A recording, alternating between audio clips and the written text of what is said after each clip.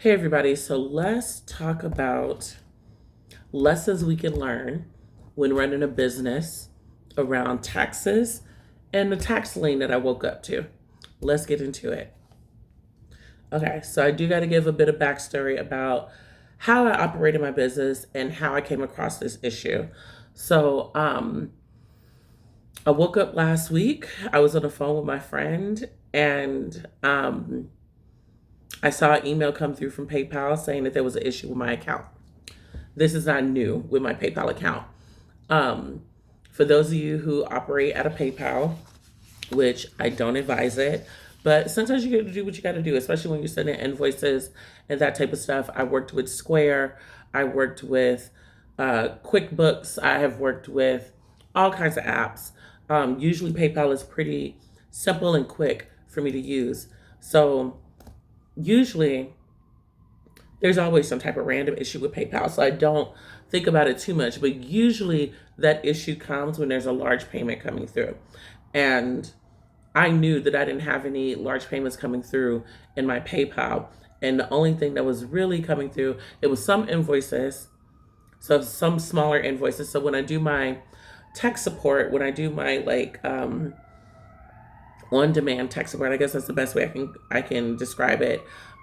Those clients, I will just invoice straight through PayPal because it's not a long-term thing. It's like okay, we meet, let's fix the issue, and then we're done.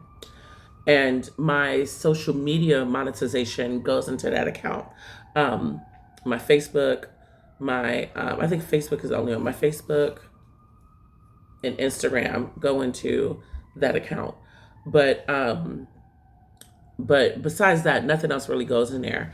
Um, so I knew that was a red flag once I saw it. And my friend was like, "Well, don't click anything because it might be a scam." Da da da da. I was like, "No, it's okay. Like I need to look into it." I didn't click anything in there, but what I did do, or in my email, but what I did do was go to PayPal.com and I logged in and I saw that I had a tax lien on my account. Yeah.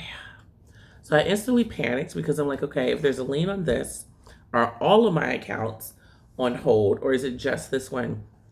So I checked all of my personal accounts. All my personal accounts were good. The only thing that was kind of connected to my business was my Cash App and my PayPal, but they didn't get to my Cash App yet. They only got to the PayPal. So I had to turn the Cash App over back to a personal account. The PayPal, I kind of had to keep it as is for now. But then I had to figure out, okay, what do you do once there's a lien on your stuff? So, so before I get into what I'm going to do, let's talk about how I was running my business financially, which was horrible. So I feel bad because I'm about to upload this and share this with my financial group because I'm a content creator for Cha-Ching Social. It's gonna be bad, but it's fine. But I gotta be honest about what I am doing or was doing and what we can learn from what we both can learn from this.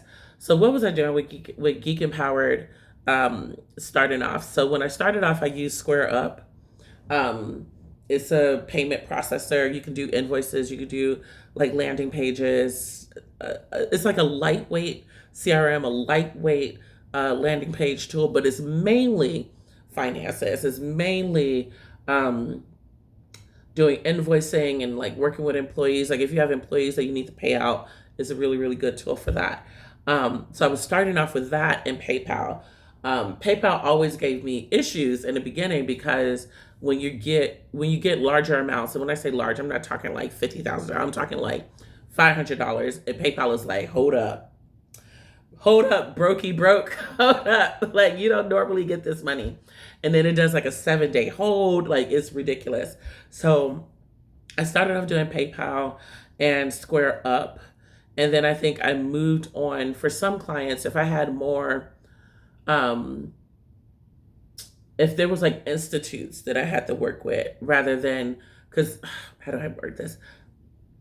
Let me backtrack. So the clients that I worked with back then, there was the small businesses, so like somebody that I knew was trying to like open up a cookie shop or whatever, and I would do something for them. For them, I would do the PayPal or the Square Up, or no, more PayPal. And then I would have the more established business where they have been running. They might have a brick and mortar. For them, I was doing Square Up because usually they will like pay with a credit card or a check or whatever, and then it's kind of easier to process through Square Up. And then there was institutions that I would work with, so like small schools, established nonprofits. For them, back then I was using QuickBooks.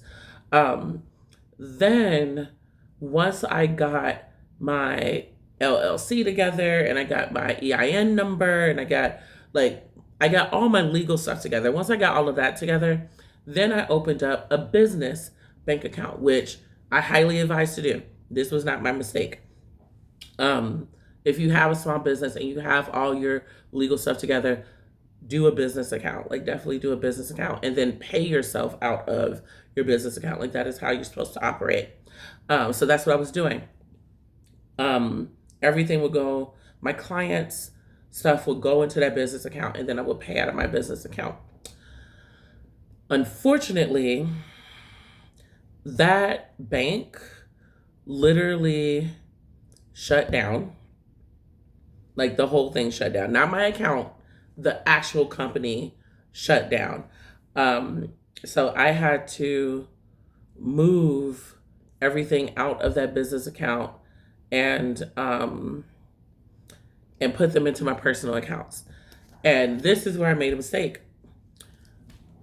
I did not renew my LLC with the state. And what does that mean? There's paperwork that you have to do with the state every single year. You have to report your earnings with the state, no matter what they are, even if they are zero, because there was some years that it was zero, where I was working a full-time job, I wasn't doing anything with Geek Empowered, and I wasn't reporting anything with the state.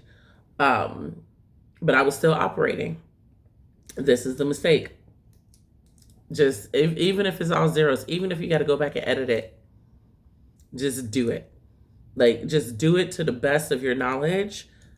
If you make mistakes or you're like, oh, that wasn't the right numbers, I believe you can like submit extra paperwork to fix it. Don't quote me on that. I'm not a tax expert.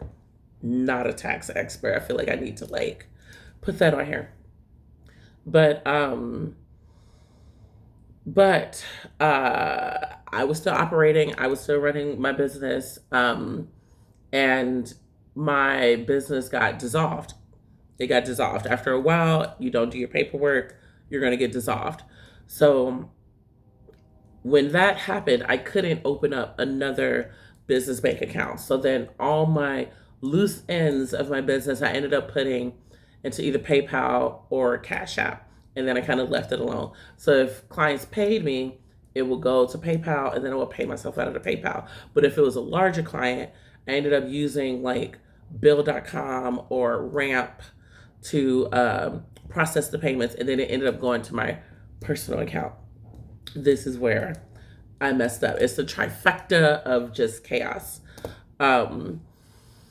So now there's a tax lien. What you do is call the IRS. That is the first thing that you do, is call the IRS and figure out what's going on. They're not going to come knocking at your door or anything like that. But I called them and then they let me know like there's some tax returns that I need to do. And they're going to give me a deadline on those tax returns, and I'm going to find all of my stuff because I got to find out my W-2s, my 1099s, like bank statements, old bank statements, new bank statements. I need all of it. So I'm going to be doing that and filing my taxes for the next 2 weeks, which is going to be interesting for me because really great with doing workshops and career stuff and technology. Finances and paperwork, pray for me. Pray for me. So, lessons learned. 1, always be up to date on your paperwork, especially with the state and your taxes. Be up to date on your paperwork because it will cause a slew of problems later on. I think a lot of us fall in the habit of, it's not a problem for me now, so I'll just deal with the things that are on fire, and I'll get back to it later. But if it's something that is not going to hurt you, it's not going to cost you a lot of money to do, like those state paperwork did not cost for me to file it. Maybe $100 if it did cost something, but there was many years that I wasn't making anything that year, and so I could have easily did that paperwork and submit it. So that's the first thing. Number two, have a business bank account and pay yourself out of that bank account. Make it automatic if you have to make it automatic, just in case you ever do get a tax lien and they freeze your assets and you can't get nothing out of it. Right now, my PayPal, I cannot do anything out of my PayPal account. So get a business bank account, pay yourself out of that business bank account. And then three is use some type of software. I don't care if it's Mint, Intuit, QuickBooks, Nerd Wallet, whatever it is. Use a software that is connected to your business bank account to track your expenses, to track what's coming in and track what's coming out. Because I think that's the most painful part out of all of this, is figuring out how much I got paid, who paid me, when. Was this a business thing or was this a personal thing? That is going to be the nightmare for me for the next 2 weeks. So that's it. I'm going to go back to working on things and going through notes and all that stuff. And let's discuss in the chat things, mistakes that you learned, lessons that you learned, things that you would do in this situation. Let's chat about it, because I am not a tax expert. Okay. See you all next time.